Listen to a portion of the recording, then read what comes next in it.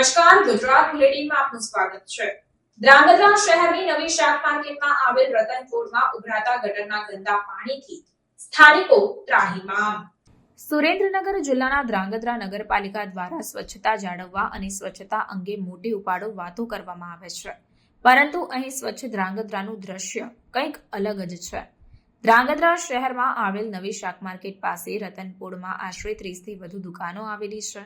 ધંધાર્થીઓ, વેપારીઓ, રાહદારીઓ તથા લોકોને આ શાક માર્કેટમાં ખરીદી કરવા માટે કે વેચાણ કરવા માટે આવતા સફાઈ તથા ગટરના ગંદા પાણી ગંદકીના સામ્રાજ્યથી ત્રાહિમામ પોકારી ઉઠ્યા છે।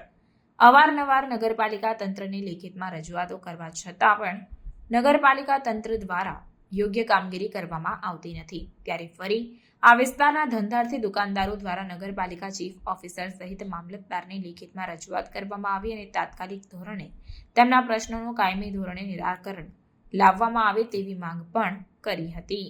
મારું નામ વિકીભાઈ છે। મારી દુકાન રતનપોળમાં આવેલી છે।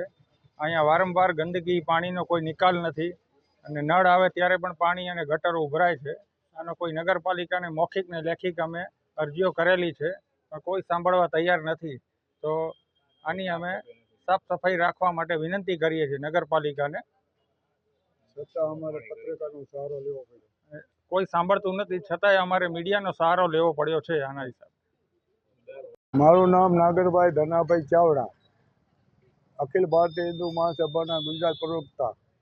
જેથી કરી હું સંસ્થા માટે સેવા કરું છું, તો નગરપાલિકા ચીફ ઓફિસરને અવારનવાર લેખિત છતાં રજૂઆત કરેલ છતાં ચીફ ઓફિસર ધ્યાન આપતો નથી। જેથી કરીને આ કામ રતનપુરવાળો ખાંચાનું અવારનવાર તોડવામાં આવે છે અને એ કામની અંદર ધ્યાન આપતા નથી રજૂઆત કરતા છતાં। તો આ કામની અંદર શું ભ્રષ્ટાચાર છે કે શું છે?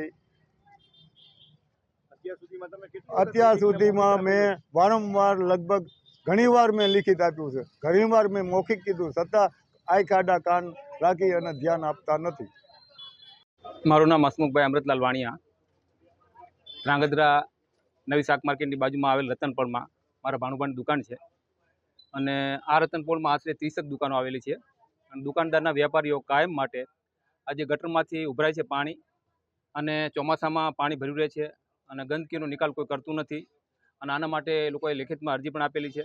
પણ મારું મ્યુનિસિપાલિટીને એટલું જ કહેવાનું થાય છે કે આ લોકોને હું છેલ્લા 5 વર્ષથી હું આવું છું, અવરજવર મારે રોજની 1 દિવસની અવરજવર હોય છે। 5 વર્ષથી કાયમ માટે ગટરનું પાણી ઉભરાતું હોય અને બેહદ ગંદકી પડી હોય છે, માર્કેટના શાકબકારાની ગંદકી પડી હોય છે, કોઈ સાફ સફાઈ કરતું નથી, કોઈ ધ્યાન। આ લોકો રતનપોળવાળા વેપારી ભાઈઓ બધા વારંવાર ફોન ઉપર મૌખિક જાણ કરે છે, પણ કોઈ આંખ આડા કાન કરે છે, કોઈ ધ્યાન આપતું નથી।